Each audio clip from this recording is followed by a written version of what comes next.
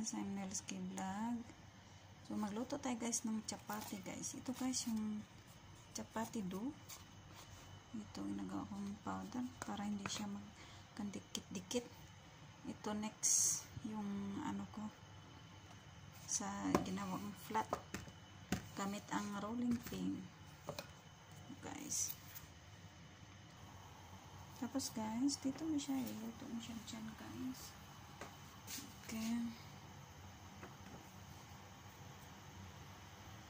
Kamay lang ako syempre kasi pag plastic ang ginamit ko, mag gloves ako ng plastic guys, mas may init guys kasi kailangan ko to siyang i-touch dito guys gamit ang kamay para ma-dip siya ng masyado para maganda yung luto niya. Ayan guys, yan ko lang siya, half cook lang yan na pagluto guys kasi kailangan yan ng alaga ko dalhin sa kanila doon, walang tagaluto sa kanila. So ito ang ginawa ko guys, luto ng chapati ng half cook lang, siguro mga 30 pieces or 25 pieces, mga ganun lang. Ito na, pag medyo konting bubble na siya, i-turn mo siya sa kabila naman. Ito ganyan guys, may ano, hindi man yan dumi ang galing lang yan sa ano, siguro nagluto kasi nagawa kasi ako guys ng chutney din, green chutney.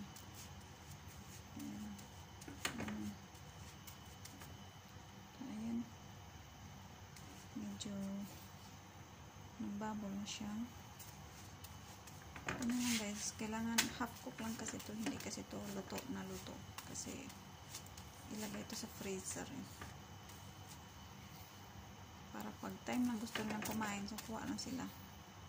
Ganito na guys, ayan, yun na ang nagawa ko. Ilang piraso pa lang to, 1, 2, 3, 4, 5, 6, 7, 8, 8 pa lang. Ang dami pang gawain ko, ang dami pa, diba? Ayan guys, chapati yan guys, masarap yan guys sa mga chicken curry, sa mga gravy na mga pagkain. Diba guys, luto pa more. Maganda pag may ganito ka lutuan.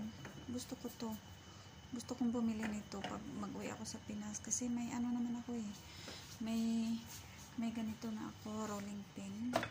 Ito luma na to siya guys, pero may bago ako dyan pero di ko ginamit. Mas okay to kasi gamitin kasi malaki yung rolling pin niya, luma na to siya. Ayan guys, diba?